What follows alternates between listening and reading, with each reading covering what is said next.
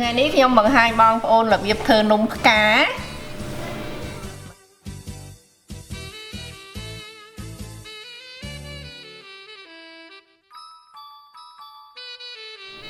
ម្សៅខ្សាយ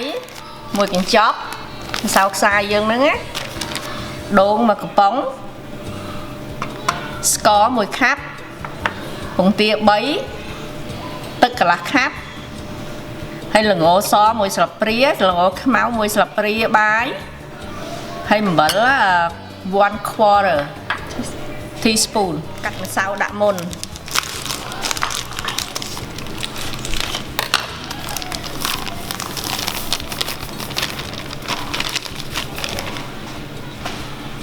ាក់ម្សៅដាក់ស្ករ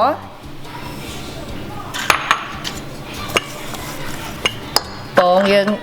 ដាក់ទាំងអស់ទាំងក្រហមទាំងសដាក់ទាំងអស់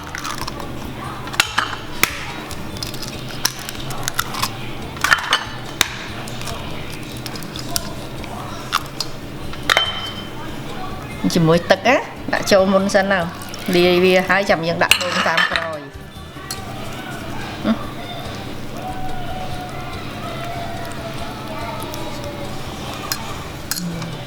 ហើយខ្ទិះដូងហ្នឹងយើងដាក់ចូលហើយកូរវាឲ្យវាសប់សិនហើយចាំយើងដាក់ចូល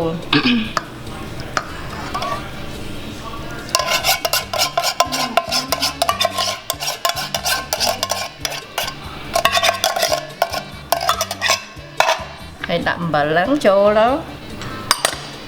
ល្ងហើយយើងកូរវាឲ្យសប់ហើយចាំយើងដាក់ខ្លាញ់ឡើងឲ្យក្តៅយើងលាយហើយម្សៅណាហើយយើងដាក់ខ្លាញ់ឲ្យក្តៅទៅនេះយើងដាក់ខ្លាញ់ប៉ុណ្្នឹងណាហើយមុននឹងដាក់ពុំហ្នឹងយើងត្រាំខ្លាញ់ហ្នឹងឲ្យក្តៅប្រហែលជា10នាទីបាទយើងយកមកដាក់ម្សៅណាឥឡូវយើងដាក់ក្តៅហើយក្តៅ10នាទីហើយយើងយកមកជ្រលក់ម្សៅជ្រលក់កុំឲ្យលិចតែលិចជាប់យើងដាក់ប៉ឹមអញ្ចឹងណាហើយក៏ដាក់ចូលយើងពុះវា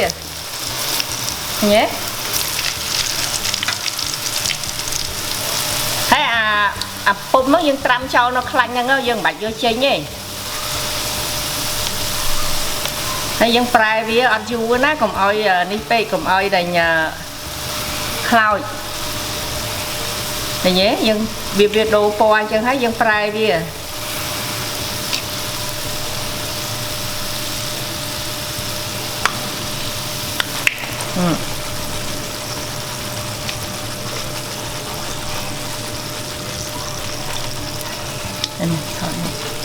ហើយចានណាយើងយកអាចានបាយចានចង្កឹះហើយយើងផ្កាប់វាដាក់កគូវាឡើងលើពេលយើងឆ្អិនហើយយើងស្រង់វាឡើងយើងយកមកដាក់នៅកគូចានហ្នឹងណា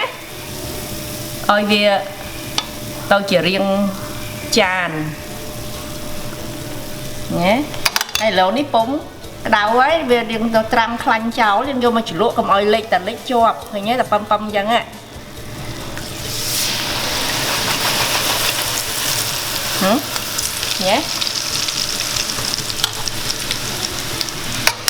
នេះឃើញទេយើងយកហើយដល់ហើយយើងដាក់អញ្ចឹងទៅយើងកូរគ្នាយើងអាចកូរគ្នាបានហើយខ្ញុំអរគុណដែលបងប្អូនតាមដានវីដេអូ